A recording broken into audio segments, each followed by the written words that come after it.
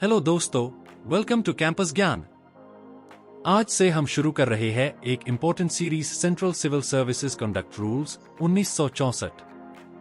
ये rules government employees के लिए एक गाइडलाइन है जो उनके बिहेवियर, रिस्पॉन्सिबिलिटीज और एथिक्स को डिफाइन करते हैं। इस वीडियो के पार्ट 1 में हम शुरू के रूल्स को सिंपल और इजी लैंग्वेज में समझेंगे ताकि आपको एग्जाम्स के लिए और रियल अंडरस्टैंडिंग के लिए दोनों हेल्प मिले। और अगर आपको इसके नोट्स चाहिए तो आप चैनल के अबाउट सेक्शन जाकर मेल कर सकते हैं। चलिए शुरू करते हैं CCS conduct rules 1964 part 1। Rule 1, short title commencement application. एक शॉर्ट टाइटल कमेंसमेंट, इसका नाम है central civil services conduct rules 1964 और ये तुरंत एनफोर्स हो जाता है जैसे हाई नोटिफिकेशन आता है। मतलब आज से ये रूल आपके लिए एप्लीकेबल हो सकता है। 2 एप्लीकेशन कौन इसके अंडर आता है? ये रूल हर सिविल सर्वेंट पे लागू होता है जो यूनियन के अफेयर्स से कनेक्टेड हो। इसमें डिफेंस सिविलियंस भी इंक्लूड है। लेकिन याद रखो, इंडियन फॉरेन सर्विस के रूल्स 1961 के हिसाब से भी ये सब्जेक्ट होता, तो अगर आप इंडियन फॉरेन सर्विस में है थोड़ा अलग सिनारियो हो सकता है। 3 एक्सेप्शंस कौन इसके अंडर नहीं आता? Railway services. रेलवे सर्वेंट जैसे इंडियन रेलवेज एक्ट 1890 में डिफाइन है। रेलवे बोर्ड के employees, posts under railway board या financial commissioner of railways. B, all India services के मेंबर्स। सी, अदर एक्सक्लूजन्स, जहां प्रेसिडेंट स्पेशल या जनरल ऑर्डर दे के किसी पोस्ट को एग्जेम्प्ट करे। तो ध्यान रखें, सबके लिए ये रूल सेम नहीं है, एक्सेप्शंस भी बहुत इंपॉर्टेंट है। लो पेड स्टाफ के लिए कुछ रूल्स थोड़े डिफरेंट है। आज हम जानेंगे कौन एग्जेम्प्ट है और कौन नहीं। Partial exemption for low paid non gazetted staff. कुछ रूल्स इन स्टाफ पे अप्लाई नहीं होते।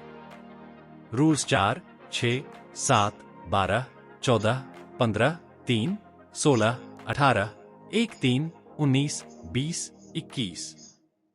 ये एग्जेम्पशन है नॉन गेजेटेड स्टाफ के लिए जो 500 रुपए या उससे कम पर मंथ कमाते हैं। मतलब जो स्टाफ का पे बहुत लो है उन पे कुछ रूल्स अप्लाई नहीं होते। स्पेसिफिक गवर्नमेंट एस्टैब्लिशमेंट्स जहां ये अप्लाई होता है: ports, docks, wharves, jetties. Defence installations except training establishments. Public works, work charge staff. Irrigation electric power establishments. Mines act 1952 के अकॉर्डिंग। फैक्ट्रीज एक्ट 1948 के according. Field units of central tractor organisation, labour law governed workers. तो ये staff थोड़ा अलग category में आता है और रूल्स का स्कोप कम हो जाता है। 5 स्पेशल क्लैरिफिकेशंस। टेम्पररी ट्रांसफर्स, अगर एम्प्लॉय को टेम्परेरीली एग्जेम्प्टेड पोस्ट पे शिफ्ट किया गया है, टैब भी रूल्स अप्लाई होते हैं। एस्टैब्लिशमेंट का मतलब रेलवे एस्टैब्लिशमेंट्स या ऑफिसेज जो mainly administrative, managerial, supervisory, security या वेलफेयर फंक्शंस हैंडल करते हैं, वो इस डेफिनेशन में नहीं आते। तो ध्यान रखें, टेम्पररी शिफ्ट का मतलब ये नहीं कि रूल्स ऑटोमेटिकली छूट गए। डेफिनेशंस पे ध्यान देना बहुत इंपॉर्टेंट है क्योंकि यही आपको समझाएंगे कौन किस कैटेगरी में आता है। Rule 2, definitions. गवर्नमेंट। यहां गवर्नमेंट का मतलब है सेंट्रल गवर्नमेंट, स्टेट नहीं। मतलब स्टेट गवर्नमेंट के एम्प्लॉइज इसके अंडर नहीं आते।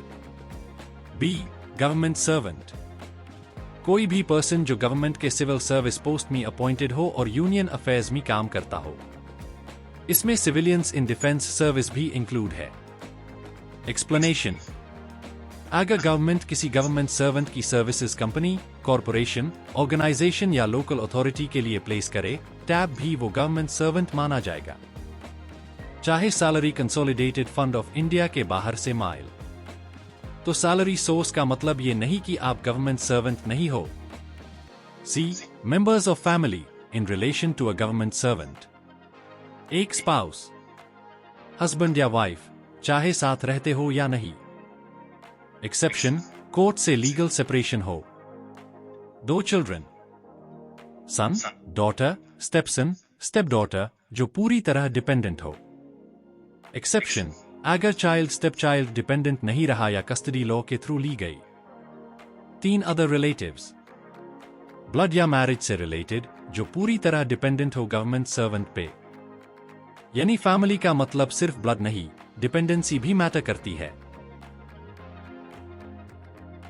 रूल 3 के अंडर आपके ड्यूटीज और रिस्पॉन्सिबिलिटीज क्लियरली डिफाइन किए गए हैं और ये आपको एक परफेक्ट गवर्नमेंट सर्वेंट बनाने में हेल्प करेंगे। Rule 3, general core duties of a government servant. 1. Integrity duty, हमेशा एब्सोल्यूट इंटेग्रिटी मेंटेन करें। अपनी ड्यूटी के प्रति पूरी डिवोशन दिखाएं। कभी भी अनबिकमिंग बिहेवियर ना करें। मतलब आपका पर्सनल और प्रोफेशनल बिहेवियर हमेशा एग्जेम्पलरी होना चाहिए। 2. Commitment to nation, constitution democratic values को अपहोल्ड करें। Sovereignty, integrity, security of state और public order, decency, morality defend करें।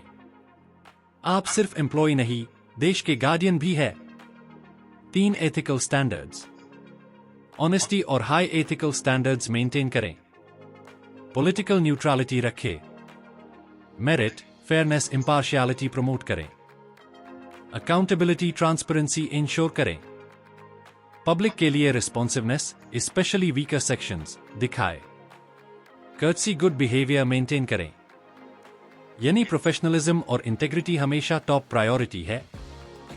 4. Public interest resource use, decisions सिर्फ पब्लिक इंटरेस्ट के लिए लें। पब्लिक रिसोर्सेज का एफिशिएंट, इफेक्टिव, इकोनॉमिकल यूज करें। प्राइवेट इंटरेस्ट्स डिक्लेयर करें और कॉन्फ्लिक्ट्स को पब्लिक इंटरेस्ट के फेवर में रिजॉल्व करें। ऐसे ऑब्लिगेशंस अवॉइड करें जो ऑफिशियल ड्यूटीज को इन्फ्लुएंस कर से। प्रोहिबिटेड कॉन्डक्ट, पोजीशन का मिसयूज फाइनेंशियल या मटेरियल बेनिफिट के लिए, खुद, फैमिली या फ्रेंड्स के लिए नहीं करें। डिसीजंस, रिकमेंडेशंस सिर्फ मेरिट पे होनी चाहिए। डिस्क्रिमिनेशन अवॉइड करें, स्पेशली पुअर, अंडर प्रिविलेज्ड के अगेंस्ट। एक्ट्स जो लॉ, रूल्स, रेगुलेशंस के कॉन्ट्रेरी हो ना करें। डिसिप्लिन मेंटेन करें और लॉफुल ऑर्डर्स इंप्लीमेंट करें। कॉन्फिडेंशियलिटी, प्रोफेशनलिज्म, कॉन्फिडेंशियलिटी मेंटेन करें, specially sovereignty, security, strategic, economic interests, foreign relations. Disclosure avoid करें जो ऑफेंसेस को इंसाइट करे या अनलॉफुल गेन क्रिएट करे। ड्यूटीज परफॉर्म करें हाईएस्ट प्रोफेशनलिज्म और डेडिकेशन के साथ। यानी रूल 3 के अंडर आपकी रिस्पॉन्सिबिलिटी है कि आप एक ऑनेस्ट, अकाउंटेबल और एथिकल गवर्नमेंट सर्वेंट बने। अब बात करते हैं सुपरवाइजरी और सबऑर्डिनेट ड्यूटीज की। ये आपको बताएंगे कैसे एक रिस्पॉन्सिबल गवर्नमेंट सर्वेंट बने। Rule 3, 2 special duties, supervisory and subordinate conduct. I. Supervisors, supervisors का काम है अपने सबऑर्डिनेट्स में इंटेग्रिटी और डिवोशन टू ड्यूटी इंश्योर करना। मतलब अगर आप सुपरवाइजर हो तो आपके टीम की प्रोफेशनलिज्म आपके ऊपर भी डिपेंड करती है। 2. जजमेंट इन ड्यूटीज, कोई भी गवर्नमेंट सर्वेंट अपने बेस्ट जजमेंट के अलावा काम नहीं करेगा एक्सेप्ट जब लॉफुल सुपीरियर का डायरेक्शन हो। यानी ब्लाइंड फॉलोइंग नहीं, रिस्पॉन्सिबल डिसीजन मेकिंग जरूरी है। 3. रिटन डायरेक्शंस रूल, सुपीरियर के डायरेक्शंस यूजुअली लिखित, रिटन होने चाहिए। अगर ओरल डायरेक्शंस दिए जाए तो इमीडिएटली रिटन में कंफर्म करें। ओरल ऑर्डर्स का मतलब कंफ्यूजन नहीं, डॉक्यूमेंटेशन जरूरी है। 4. ऑब्लिगेशन ऑफ सबऑर्डिनेट्स, अगर ओरल डायरेक्शन माइल, सबऑर्डिनेट तुरंत रिटन कंफर्मेशन मांगे। सुपीरियर ड्यूटी बाउंड है रिटन कंफर्मेशन डीन के लिए। एक्सप्लेनेशंस, एक्सप्लेनेशन आए, गवर्नमेंट सर्वेंट जो हैबिचुअली टास्क्स टाइम पर और क्वालिटी के साथ कंप्लीट नहीं करता वो डिवोशन टू ड्यूटी में लैकिंग है। एक्सप्लेनेशन 2, रूल 3, 2 का मिसयूज नहीं करना, जैसे अननेसेसरी इंस्ट्रक्शंस या अप्रूवल्स के लिए एक्सक्यूज बनाना। तो याद रखो, सुपरविजन और कम्युनिकेशन का सही तरीका प्रोफेशनलिज्म का साइन है। अब बात करते हैं रूल 3 और 3B की। ये बताएंगे कि एक गवर्नमेंट सर्वेंट का बिहेवियर और रिस्पॉन्सिबिलिटीज कैसे होनी चाहिए। Rule 3, promptness and courtesy, government servant कभी भी डिस्कॉर्टियस मैनर में एक्ट ना करे। Dilatory tactics, deliberate delay use ना करे। विलफुली काम में डिले ना करे। एसेंस, सिविल सर्वेंट्स को पोलाइट, रिस्पॉन्सिव और प्रॉम्प्ट रहना चाहिए, स्पेशली पब्लिक के डीलिंग्स में। मतलब हर काम को टाइम पार और प्रोफेशनल वे में कंप्लीट करना मैंडेटरी है। Rule 3 B observance of government policies. हर गवर्नमेंट सर्वेंट को गवर्नमेंट पॉलिसीज के अकॉर्डिंग एक्ट करना चाहिए, जैसे age of marriage, preservation of environment, protection of wildlife cultural heritage, prevention of crime against women. Essence, civil servants role models होते हैं। Personal और professional conduct government के social, cultural और environmental policies के साथ अलाइंड होना चाहिए। यानी सिर्फ ऑफिस में नहीं, अपनी पर्सनल लाइफ में भी रिस्पॉन्सिबल और एथिकल रहना जरूरी है। वर्कप्लेस हैरासमेंट के रूल्स बहुत इंपॉर्टेंट है और आज हम जानेंगे रूल 3C के की पॉइंट्स जो हर गवर्नमेंट सर्वेंट को फॉलो करने चाहिए। Rule 3C prohibition of sexual harassment of working women. 1. General prohibition. कोई भी गवर्नमेंट सर्वेंट वर्कप्लेस में सेक्सुअल हैरासमेंट में इंडल्ज नहीं करेगा, यानी हैरासमेंट का जीरो टॉलरेंस पॉलिसी है।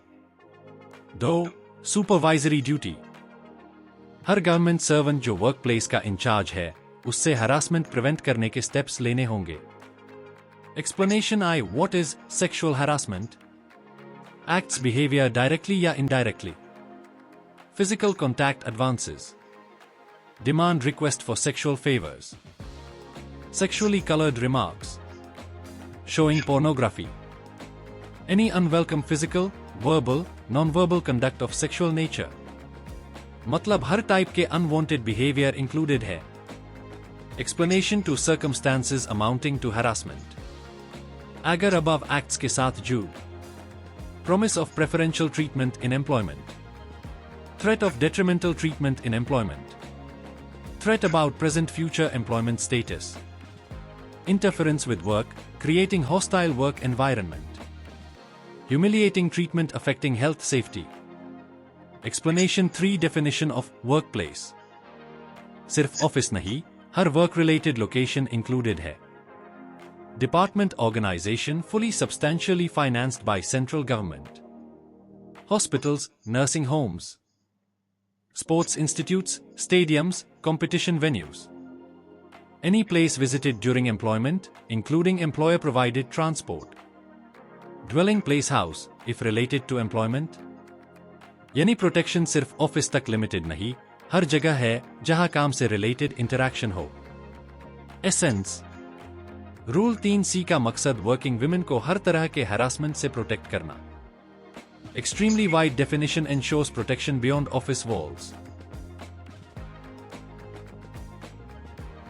नेपोटिज्म और कॉन्फ्लिक्ट ऑफ इंटरेस्ट से बचना हर गवर्नमेंट सर्वेंट के लिए मैंडेटरी है। आइए समझते हैं रूल 4 के की points. Rule 4 employment of near relatives of government servant in companies और firms. 1. No influence for family employment. Government servant अपनी पोजीशन या इन्फ्लुएंस कभी भी यूज नहीं करेगा किसी फैमिली मेंबर को कंपनी फर्म में जॉब दिलाने के लिए। Essence, prevents misuse of office for nepotism. मतलब फैमिली के लिए शॉर्टकट या फेवर्स अलाउड नहीं। 2. Employment of family in companies firms class I officers. I. Prior sanction required. Class I officer के सन डॉटर डिपेंडेंट को एम्प्लॉयमेंट नहीं मिल सकता किसी कंपनी फर्म में जिसके साथ ऑफिसर का ऑफिशियल डीलिंग्स हो और जो गवर्नमेंट के साथ डीलिंग्स रखती हो without prior government sanction. Exception, अगर काम अर्जेंट है तो इमीडिएटली गवर्नमेंट को रिपोर्ट करें। एम्प्लॉयमेंट प्रोविजनली एक्सेप्ट हो सकती है subject to government permission.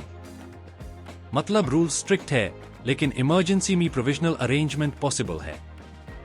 2. Intimation requirement for all government servants.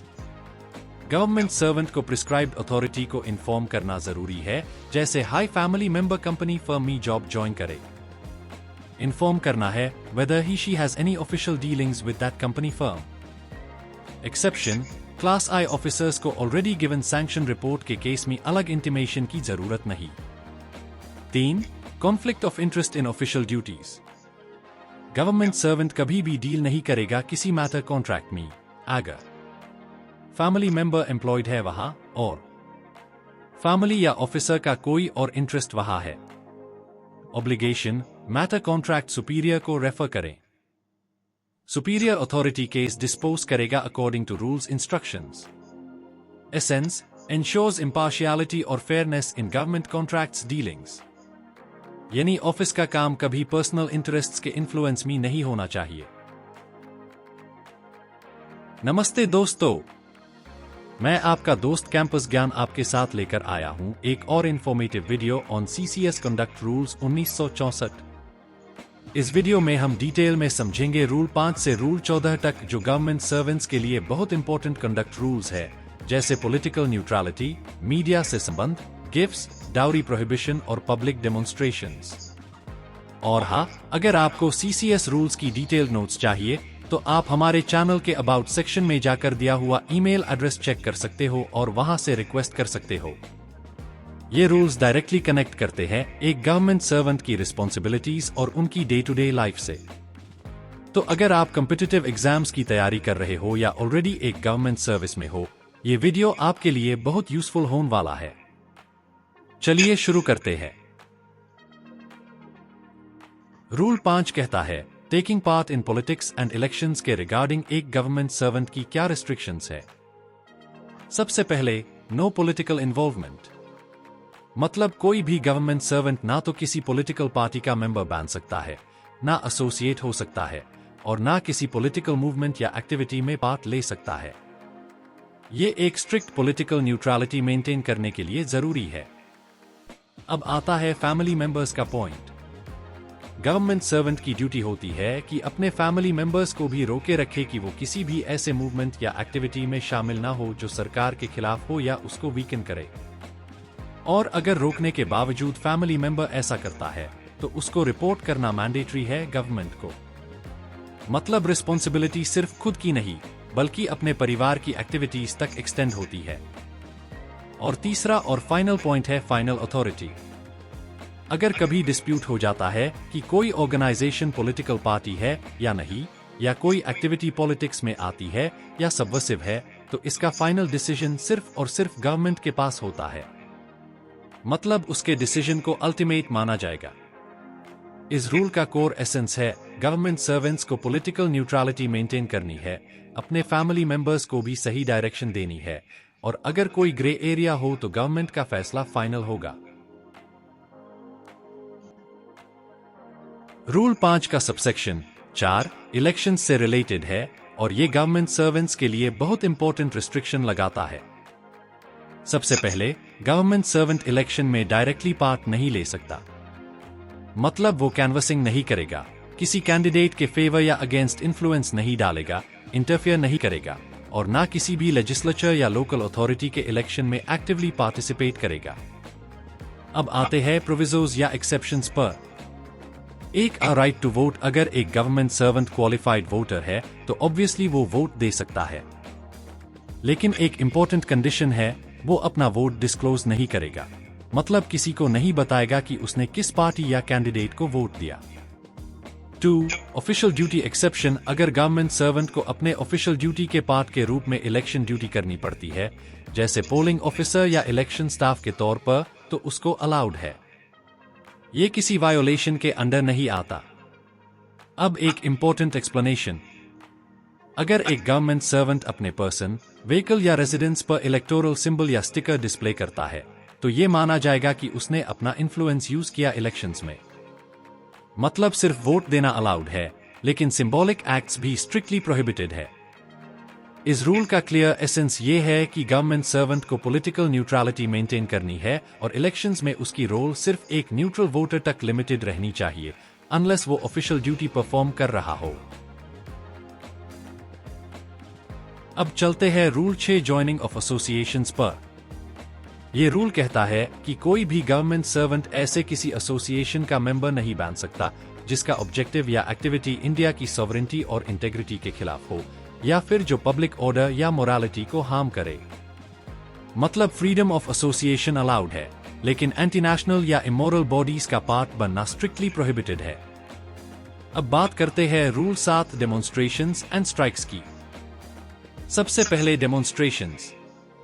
Government servant किसी भी ऐसे डेमोन्स्ट्रेशन में पार्टिसिपेट नहीं करेगा जो सॉवरेनिटी और इंटेग्रिटी ऑफ इंडिया, स्टेट की security, friendly relations with foreign states, public order, decency या मोरालिटी के खिलाफ हो। और अगर डेमोन्स्ट्रेशन में कंटेम्प्ट ऑफ कोर्ट, डेफेमेशन या इंसाइटमेंट टू ऑफेंस इन्वॉल्व हो तो वो भी स्ट्रिक्टली मना है। दूसरा पार्ट है स्ट्राइक्स। गवर्नमेंट सर्वेंट ना तो खुद स्ट्राइक पर जा सकता है और ना किसी और को स्ट्राइक करने के लिए प्रोवोक या सपोर्ट कर सकता है, चाहे वो उसकी अपनी सर्विस से रिलेटेड हो या किसी दूसरे गवर्नमेंट सर्वेंट की सर्विस से। इसका एसेंस ये है कि गवर्नमेंट सर्विस में कलेक्टिव बार्गेनिंग या एजिटेशन अलाउड नहीं है। अगर कोई ग्रीवेंस है तो उसको एडमिनिस्ट्रेटिव या लीगल चैनल्स से रिजॉल्व किया जाएगा, प्रोटेस्ट, कोअर्शन या फिजिकल ज्यूरिस से नहीं। अब आते हैं rule 8 connection with press other media पर। यह रूल कहता है कि कोई भी गवर्नमेंट सर्वेंट बिना प्रायर सैंक्शन के किसी न्यूज़पेपर, पीरियोडिकल या इलेक्ट्रॉनिक मीडिया को ओन, कंडक्ट, एडिट या मैनेज नहीं कर सकता। लेकिन एक एक्सेप्शन है, अगर वो एक बुक पब्लिश करता है या मीडिया में कंट्रीब्यूट करता है एज पार्ट ऑफ बोना फाइड ऑफिशियल ड्यूटी तो वो अलाउड है। अगर गवर्नमेंट सर्वेंट अपने ऑफिशियल ड्यूटी के बाहर लिखता या पब्लिश करता है तो उसको क्लियरली एक डिस्क्लेमर देना होगा कि जो व्यूज वो एक्सप्रेस कर रहा है वो उसके पर्सनल है, गवर्नमेंट के नहीं। मतलब एसेंस सिंपल है, मीडिया इन्वॉल्वमेंट में न्यूट्रलिटी मेंटेन करनी है और अपने पोजीशन का मिसयूज पर्सनल या पॉलिटिकल इन्फ्लुएंस के लिए नहीं करना। अब आते हैं रूल 9 क्रिटिसिज्म ऑफ गवर्नमेंट पर। यहां क्लियर प्रोहिबिशन है कि कोई भी गवर्नमेंट सर्वेंट ऐसा स्टेटमेंट नहीं देगा, चाहे वो रेडियो, टीवी, प्रेस, पब्लिकेशन या पब्लिक अटरेंस के थ्रू हो, जो सेंट्रल या स्टेट गवर्नमेंट की करंट या रीसेंट पॉलिसी एक्शन को एडवर्सली क्रिटिसाइज करता हो। दूसरा, ऐसा कोई स्टेटमेंट भी मना है जो सेंट्रल गवर्नमेंट और स्टेट गवर्नमेंट के रिलेशंस को एम्बेरस करे या फिर सेंट्रल गवर्नमेंट और किसी फॉरेन स्टेट के रिलेशंस को डैमेज करे। लेकिन यहाँ एक एक्सेप्शन भी है, जो गवर्नमेंट सर्वेंट्स रूल 1(3) के प्रोवाइजो के अंडर आते हैं, उनको यूनियन या एसोसिएशन के ऑफिस बेयरर के रूप में अपने सर्विस कंडीशंस के सेफगार्डिंग या इंप्रूवमेंट के लिए व्यूज एक्सप्रेस करने की परमिशन होती है। और एक और परमिटेड केस है, अगर कोई स्टेटमेंट ऑफिशियल कैपेसिटी में या ड्यूटी के परफॉर्मेंस के तौर पर दिया गया है तो वो वायोलेशन नहीं होगा। एसेंस यहाँ भी क्लियर है, गवर्नमेंट सर्वेंट को पब्लिक क्रिटिसिज्म से बचना है, सिर्फ ऑफिशियल ड्यूटी या यूनियन रोल के स्कोप में अपना ओपिनियन देना अलाउड है। चलिए देखते हैं रूल 10 एविडेंस बिफोर कमिटी और अथॉरिटी। गवर्नमेंट सर्वेंट बिना प्रायर सैंक्शन किसी इंक्वायरी में एविडेंस नहीं दे सकता। अगर सैंक्शन मिल भी जाए तो गवर्नमेंट की पॉलिसीज या एक्शंस को क्रिटिसाइज करना मना है। एक्सेप्शंस गवर्नमेंट, पार्लियामेंट या स्टेट लेजिस्लेचर की इंक्वायरी, जुडिशियल इंक्वायरी या डिपार्टमेंटल इंक्वायरी, इनमें इन सैंक्शन की जरूरत नहीं है। Rule 11 communication of official information. यहां बैलेंस है ट्रांसपेरेंसी और सीक्रेसी का। आरटीआई एक्ट 2005 के अंडर गुड फेथ में इन्फो देना अलाउड है, लेकिन क्लासिफाइड डॉक्यूमेंट्स किसी अनऑथराइज्ड पर्सन को देना स्ट्रिक्टली प्रोहिबिटेड है, अनलेस गवर्नमेंट परमिट करे या ड्यूटी के डिस्चार्ज में जरूरी हो। एसेंस ऑफिशियल इंक्वायरीज और आरटीआई ट्रांसपेरेंसी अलाउड है, लेकिन क्लासिफाइड इन्फो की सीक्रेसी मेंटेन करनी कंपलसरी है। अब देखते हैं रूल 12 सब्सक्रिप्शंस। गवर्नमेंट सर्वेंट ना तो कंट्रीब्यूशंस फंड्स मांग सकता है, ना एक्सेप्ट कर सकता है और ना फंड रेजिंग में एसोसिएट हो सकता है। एक्सेप्शन सिर्फ टैब है जब गवर्नमेंट का प्रायर सैंक्शन हो। Rule 13 gifts. General rule, government servant, family या रिप्रेजेंटेटिव्स गिफ्ट एक्सेप्ट नहीं करेंगे। गिफ्ट का मतलब है फ्री ट्रांसपोर्ट, लॉजिंग, सर्विसेज या पैसे। Exceptions casual meals, normal hospitality या नियर रिलेटिव्स फ्रेंड्स जिनसे ऑफिशियल डीलिंग ना हो। सोशल ओकेजन जैसे शादी, एनिवर्सरीज या रिलीजियस फंक्शंस में गिफ्ट्स अलाउड है, लेकिन अगर वैल्यू एक्सीड करे तो रिपोर्ट करना मैंडेटरी है। ग्रुप A 25,000 रुपए, ग्रुप B 15,000 रुपए, ग्रुप C 7,500 रुपए। यहां पर एसेंस है, फंड रेजिंग स्ट्रिक्टली प्रोहिबिटेड और गिफ्ट्स सिर्फ लिमिटेड और जेन्युइन ओकेजन पर अलाउड है। अब देखते हैं रूल 13 के बाकी प्रोविजंस। 3. सोशल ओकेजन के अलावा गिफ्ट्स बिना सैंक्शन एक्सेप्ट नहीं किए जा सकते अगर वैल्यू एक्सीड करे। ग्रुप अभी 1500 रुपए, ग्रुप CD 500 रुपए। 4. फॉरेन डिग्निटरीज 1000 रुपए तक के गिफ्ट्स रख सकते हैं, उससे ज्यादा हो तो गवर्नमेंट के इंस्ट्रक्शंस फॉलो करने पड़ेंगे। 5. फॉरेन फर्म्स अगर फर्म का गवर्नमेंट के साथ कॉन्ट्रैक्ट है तो गिफ्ट लेना स्ट्रिक्टली प्रोहिबिटेड है। अगर डीलिंग नहीं है तो गिफ्ट्स रूल 3 के लिमिट्स के अंदर अलाउड है। YHA पर एसेंस है, सिर्फ छोटे कस्टमरी गिफ्ट्स अलाउड है, लाविश या ऑफिशियल कनेक्शन वेल गिफ्ट्स मना है। अब आते हैं रूल 13 डाउरी। यहां क्लियर प्रोहिबिशन है, गवर्नमेंट सर्वेंट ना डाउरी दे सकता है, ना ले सकता है, ना डिमांड कर सकता है, डायरेक्टली या इनडायरेक्टली। डेफिनेशन वही है जो डाउरी प्रोहिबिशन एक्ट 1961 में दी गई है। यहां पर एसेंस है, गवर्नमेंट सर्वेंट्स को डाउरी प्रैक्टिसेस से पूरी तरह दूर रहकर एक आइडियल एग्जाम्पल सेट करना है। अब देखते हैं rule 14 public demonstrations in honour of government servants. ये रूल कहता है कि बिना प्रायर गवर्नमेंट सैंक्शन के कोई भी गवर्नमेंट सर्वेंट एक्सेप्ट नहीं करेगा कॉम्प्लीमेंट्री या वैलिडिक्टरी एड्रेसेस, टेस्टिमोनियल्स या कोई मीटिंग एंटरटेनमेंट जो स्पेसिफिकली उसके ऑनर में हो। लेकिन कुछ एक्सेप्शंस है, प्राइवेट इनफॉर्मल फेयरवेल एंटरटेनमेंट्स जैसे रिटायरमेंट, ट्रांसफर या रेजिग्नेशन के ओकेजन पर अलाउड है। और अगर पब्लिक बॉडी सिंपल और इनएक्सपेंसिव एंटरटेनमेंट ऑर्गेनाइज करें तो वो भी परमिटेड है। स्ट्रिक्टली प्रोहिबिटेड है किसी को प्रेशर करके पैसा कलेक्ट करना, स्पेशली क्लास 3-4 एम्प्लॉइज से हायर ऑफिसर्स के फेयरवेल के लिए। एसेंस सिंपल है, गवर्नमेंट सर्वेंट्स को एक्स्ट्रावेगेंट ऑनर्स एक्सेप्ट करना मना है और लोअर ग्रेड एम्प्लॉइज को एक्सप्लॉयटेशन से प्रोटेक्ट किया गया है। आज के सेशन में हम सेंट्रल सिविल सर्विसेज रूल्स के कुछ इंपॉर्टेंट प्रोविजंस समझने वेल है, जिनमें प्राइवेट ट्रेड और एम्प्लॉयमेंट के रिस्ट्रिक्शंस, गवर्नमेंट अकोमोडेशन का यूज, इन्वेस्टमेंट और लेंडिंग बोरोइंग के रूल्स, साथ हाई इंसॉल्वेंसी और प्रॉपर्टी डिक्लेरेशन के गाइडलाइंस शामिल है। ये रूल्स इंश्योर करते हैं कि गवर्नमेंट सर्वेंट्स अपनी ड्यूटी के साथ साथ फाइनेंशियल डिसिप्लिन और ट्रांसपेरेंसी भी मेंटेन करें। चलिए शुरू करते हैं। गवर्नमेंट सर्वेंट्स को अपनी ड्यूटी के साथ बिजनेस या प्राइवेट एम्प्लॉयमेंट करने की परमिशन नहीं होती जब तक गवर्नमेंट से प्रायर सैंक्शन ना हो। मतलब ट्रेड, बिजनेस, किसी कंपनी या कोऑपरेटिव सोसाइटी के कमर्शियल मैनेजमेंट में इन्वॉल्व होना, इलेक्शन में खड़े होना या किसी इंश्योरेंस कमीशन एजेंसी को प्रमोट करना स्ट्रिक्टली प्रोहिबिटेड है। लेकिन बिना सैंक्शन के कुछ चीजें अलाउड है, जैसे ऑनररी सोशल वर्क, कभी कभी लिखना या रिसर्च करना, स्पोर्ट्स में अमेच्योर प्लेयर के तौर पर पार्टिसिपेट करना और सोसाइटीज या क्लब्स ज्वाइन करना, बस इलेक्टिव ऑफिस होल्ड नहीं करना चाहिए।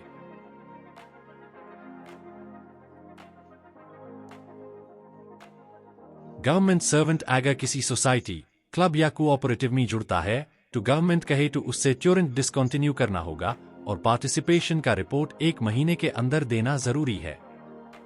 ध्यान रहे, इन एक्टिविटीज की वजह से ऑफिशियल ड्यूटी कभी सफर नहीं होनी चाहिए। अगर फैमिली मेंबर ट्रेड, बिजनेस या इंश्योरेंस कमीशन एजेंसी चलता है तो उसकी इंफॉर्मेशन भी गवर्नमेंट को देनी पड़ती है। और सबसे इंपॉर्टेंट, किसी भी प्राइवेट या पब्लिक बॉडी से बिना सैंक्शन के फीस या रिम्यूनरेशन लेना स्ट्रिक्टली प्रोहिबिटेड है, क्योंकि फी का मतलब है पे और अलाउंसेस के अलावा जो भी पैसा माए।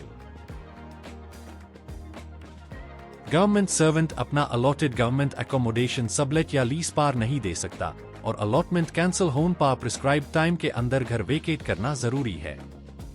इन्वेस्टमेंट्स में भी रिस्ट्रिक्शंस है, स्पेकुलेशन इन स्टॉक्स या frequent buying selling strictly prohibited है, सिर्फ occasional genuine investment high allowed है। ऐसे इन्वेस्टमेंट्स जो ऑफिशियल ड्यूटीज को एम्बेरस या इन्फ्लुएंस करें वो भी मना है, जैसे डायरेक्टर्स कोटा शेयर्स लेना। अगर officer IPO FPO price fixation में इन्वॉल्व है तो उस इशू में खुद या फैमिली इन्वेस्ट करना बिल्कुल प्रोहिबिटेड है। गवर्नमेंट का डिसीजन फाइनल होगा अगर कोई डिस्प्यूट आए।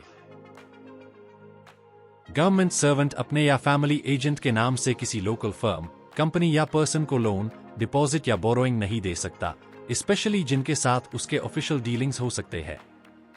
इंटरेस्ट पा पैसा देना भी प्रोहिबिटेड है। एक्सेप्शंस है, छोटी सी temporary interest free loan relative या पर्सनल फ्रेंड को, अपने एम्प्लॉय को salary advance, credit account with a genuine shopkeeper या कोई भी ट्रांजैक्शन जिसमें गवर्नमेंट का प्रायर सैंक्शन हो। और अगर नई पोस्टिंग या ट्रांसफर के बाद ऐसी सिचुएशन बनती है जहां रूल का वायोलेशन हो सकता है, तो उसको तुरंत प्रिस्क्राइब्ड अथॉरिटी को रिपोर्ट करके उनके डायरेक्शन फॉलो करने होंगे। गवर्नमेंट सर्वेंट को अपनी प्राइवेट फाइनेंसेस रिस्पॉन्सिबली मैनेज करनी होती है ताकि इंसॉल्वेंसी या हैबिचुअल इंडेप्टेडनेस ना हो। अगर उसके खिलाफ डेट रिकवरी या इंसॉल्वेंसी के लीगल प्रोसीडिंग्स शुरू हो जाते हैं, तो तुरंत गवर्नमेंट को फुल फैक्ट्स रिपोर्ट करना मैंडेटरी है और प्रूफ देना उसी को होगा कि इंडेप्टेडनेस किसी अनफोर्सीन या अनकंट्रोलेबल सर्कमस्टांस की वजह से हुई है, ना कि वेस्टफुल या एक्सट्रावेगेंट हैबिट्स की वजह से। एसेट्स एंड लायबिलिटीज के लिए अपॉइंटमेंट के टाइम पर एक डिटेल्ड रिटर्न देना जरूरी है। इसमें immovable property, shares, debentures, bank deposits, other movable property और डेब्ट्स लायबिलिटीज सब इंक्लूड करने होते हैं। ग्रुप डी स्टाफ को नॉर्मली एग्जेम्प्ट किया गया है, एक्सेप्ट जैब स्पेसिफिकली डायरेक्ट किया जाए। 30,000 रुपए से कम के मूवेबल एसेट्स एक लंप सम में दिखाए जा सकते हैं और डेली यूज आइटम्स जैसे clothes, utensils, books etcetera report करने की नीड नहीं है। एक बार रिटर्न फाइल करने के बाद ट्रांसफर होने पर नया रिटर्न डीन की जरूरत नहीं होती। ग्रुप और बी के गवर्नमेंट सर्वेंट्स को हर साल एक एनुअल रिटर्न फाइल करना होता है, जिसमें अपने, फैमिली या किसी और के नाम पर ओन्ड, अक्वायर्ड या लीस्ट इमूवेबल प्रॉपर्टी डिक्लेयर करनी पड़ती है। प्रॉपर्टी डीलिंग्स के रूल्स। इमूवेबल प्रॉपर्टी कोई भी खरीद, बेच, लीज, मॉर्गेज या गिफ्ट बिना प्रायर इंटीमेशन के नहीं की जा सकती। अगर डीलिंग अनलॉग ऑन के साथ हो जिनके साथ ऑफिशियल डीलिंग्स है, तो प्रायर सैंक्शन लेना मैंडेटरी है। मूवेबल प्रॉपर्टी अगर वैल्यू 2 महीने की बेसिक पे से ज्यादा है, तो 1 महीने के अंदर रिपोर्ट करना होगा। अगर डीलिंग ऑफिशियल कॉन्टैक्ट्स के साथ है, तो प्रायर सैंक्शन चाहिए। गवर्नमेंट का अधिकार, अथॉरिटी कभी भी डिटेल्ड प्रॉपर्टी स्टेटमेंट मांग सकती है, including source of funds. Exemptions, group C D को गवर्नमेंट एग्जेम्पशन दे सकती है, एक्सेप्ट सब रूल 4, लेकिन कैबिनेट सेक्रेटेरिएट की कंकरेंस के साथ। डेफिनेशंस। मूवेबल प्रॉपर्टी में ज्वेलरी, इंश्योरेंस पॉलिसीज जिसमें प्रीमियम 2 मंथ्स पे से ज्यादा हो, shares, securities, loans, vehicles, fridge, TV, radio etcetera आते हैं। प्रिस्क्राइब्ड अथॉरिटी, ग्रुप के लिए गवर्नमेंट, ग्रुप बी के लिए head of dept, group C D के लिए हेड ऑफ ऑफिस और डेप्यूटेशन पे होन पा पेरेंट काडरे मिनिस्ट्री। लीज का मतलब है ईयरली लीज या 1 साल से ज्यादा की टर्म या जिसमें एनुअल रेंट रिजर्व हो, एक्सेप्ट जैब लीज उनसे हो जिनके साथ ऑफिशियल डीलिंग्स है।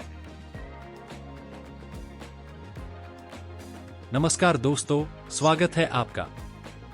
आज के वीडियो में हम समझेंगे रूल 19 से लेकर रूल 25 तक के इंपॉर्टेंट प्रोविजंस। इनमें कवर होता है गवर्नमेंट सर्वेंट अपने एक्ट्स और कैरेक्टर कैसे विंडिकेट कर सकता है, पॉलिटिकल इन्फ्लुएंस पर restrictions, marriage related rules, intoxicants का यूज, चाइल्ड लेबर का बैन, रूल्स का इंटरप्रिटेशन, डेलीगेशन ऑफ पावर्स और रिपील सेविंग का प्रोविजन। चलिए शुरू करते हैं और स्टेप बाय स्टेप समझते हैं ये rules. Rule 18 restrictions on property outside India deals with foreigners. एक गवर्नमेंट सर्वेंट बिना परमिशन के बाहर के देश में प्रॉपर्टी अक्वायर नहीं कर सकता। चाहे खरीदना हो, मॉर्गेज, लीज या गिफ्ट अपने नाम से हो या फैमिली के नाम से, हमेशा सैंक्शन जरूरी है।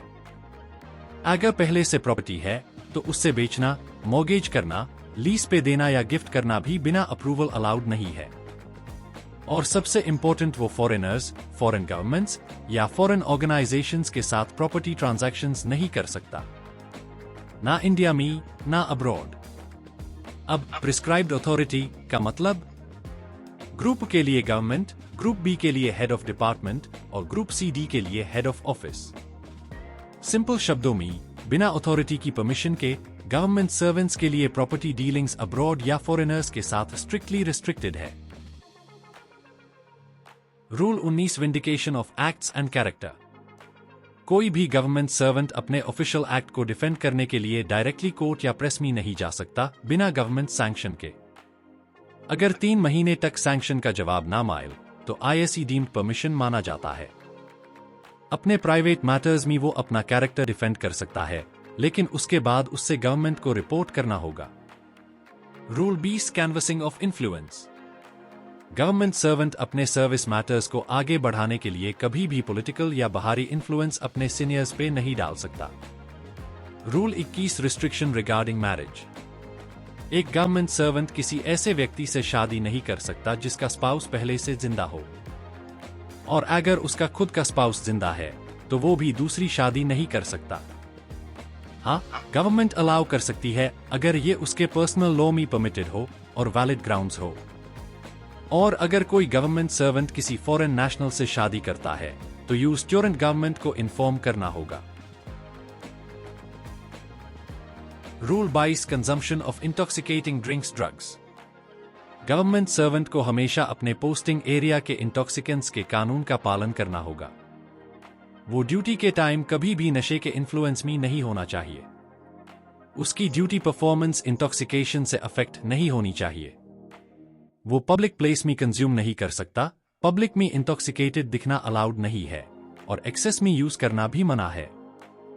Rule 22 a child labour ban. कोई भी गवर्नमेंट सर्वेंट 14 साल से कम उम्र के बच्चे को काम पर एम्प्लॉय नहीं कर सकता। Rule 23 interpretation. अगर इन रूल्स के मतलब या मीनिंग पर कोई डाउट या कंफ्यूजन हो तो गवर्नमेंट का डिसीजन हाई फाइनल होगा। Rule 24 delegation of powers. Government अपने पावर्स को, जो इन रूल्स में दिए गए हैं, हेड ऑफ डिपार्टमेंट या दूसरे ऑफिसर्स को डेलीगेट कर सकती है, चाहे जनरल ऑर्डर के थ्रू हो या स्पेशल ऑर्डर के थ्रू। लेकिन ध्यान रहे, रूल 23 और रूल 24 के पावर्स डेलीगेट नहीं किए जा सकते, और जब पावर्स डेलीगेट होते हैं तो उन पे कुछ कंडीशंस भी लगाई जा सकती है। Rule 25 repeal saving. 1964 से पहले जो पुराने रूल्स था उन्हें रिपील कर दिया गया, लेकिन अन पुराने रूल्स के अंडर जो भी एक्शंस या ऑर्डर्स लिए गए था वो वैलिड माने जाएंगे, जैसे कि ये नए रूल्स के अंडर लिए गए हो। और अगर किसी ने पुराने रूल्स का वायोलेशन किया था तो उसके लिए पनिशमेंट अब भी पॉसिबल है, जैसे कि ये करंट रूल्स के अंडर हो।